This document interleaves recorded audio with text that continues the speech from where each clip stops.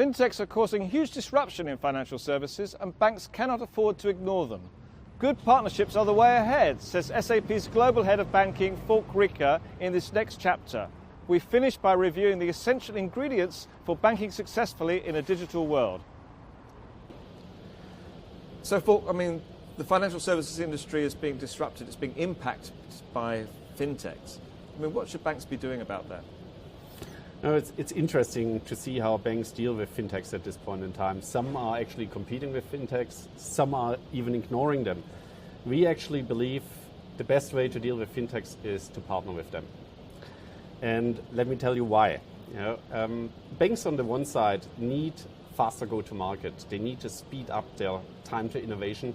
They need to provide a better customer experience. On the other side, you have the fintechs. And the fintechs are very agile companies. They largely focus on customer-centric processes, yet they lack the customer base the banks have. So both sides want something from each other. Now the key is how to get these cultures together, and make it That's right, operating. because obviously banks are traditional, they're slow-moving. Fintechs are sort of agile and very sort of modern, and you can see a big clash of cultures here, can't you? Yeah, if you want, the fintechs stand for everything the banks are not.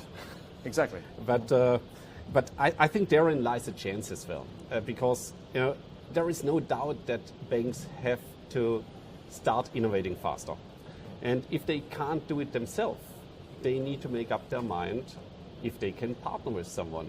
Acquisition investments in these fintechs is another possibility.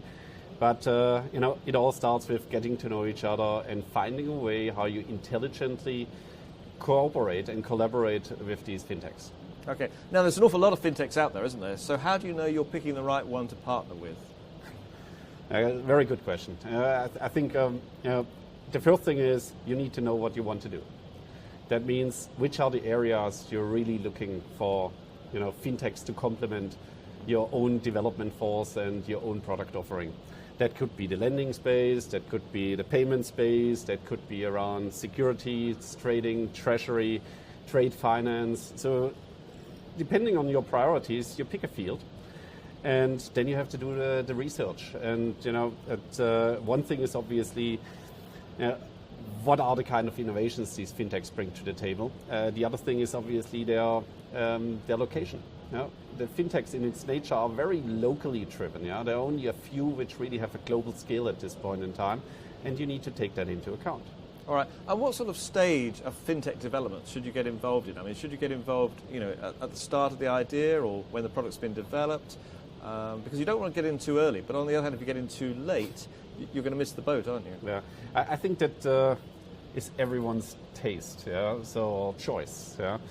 At what point in time it makes most sense. There might be areas where you really want to be the front runner because you want to be leading edge. And let's take the whole blockchain discussions around payments, for example. There are a lot of banks that have invested in Ripple, which is a Google-based fintech.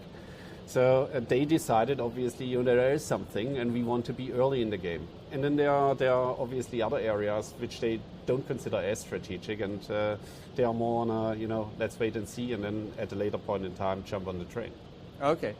Well, look, it's very much a digital world now, isn't it? So, and banks face lots of challenges out there related to that. How do you see banks surviving in this world full of new challenges for them? I think that's the most important question. Banks have to think about. And from my perspective, there are three key success factors they need to keep in mind. First of all, keep up the digital transformation initiatives. It's absolutely crucial that the banks execute on that. And digital transformation is more than just a channel or front office activities. You have to take an enterprise view and look from the front end to the impact on the back office as well. With that saying, you need to avoid silos of innovation. I see a lot of banks really doing a lot of innovation, but it's less coordinated, not aligned across the enterprise, and therefore, to a certain extent, counterproductive. It actually increases the complexity they have in place today, rather than solving some of the issues. I think that's where the role of the chief digital officer, which a lot of banks are now introducing, plays a vital role to define the strategy, to set the priorities, and to align the strategic initiatives. So keep up digital transformation, I think, is number one. Number two is around talent.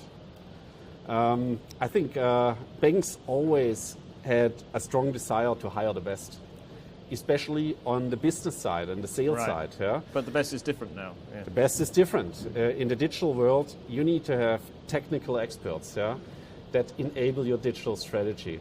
So very simply saying, if you don't have the right talent, you cannot execute successfully your digital strategy. And this third item, I think banks have to think beyond banking. So a major characteristic of digital transformation is that you're not necessarily doing exactly what you did in the past. Take the automotive companies that now have to deal with the electric car, which is a different core competence they need to build up.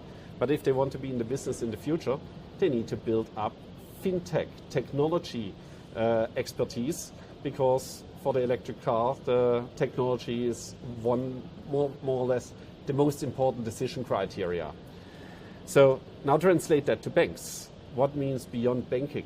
It can mean multiple things. It can mean you extend your value chain to non-financial services related matters, so that you provide a one-stop shop and bring in other companies in your supply chain that provide these services. Bank doesn't need to do everything themselves.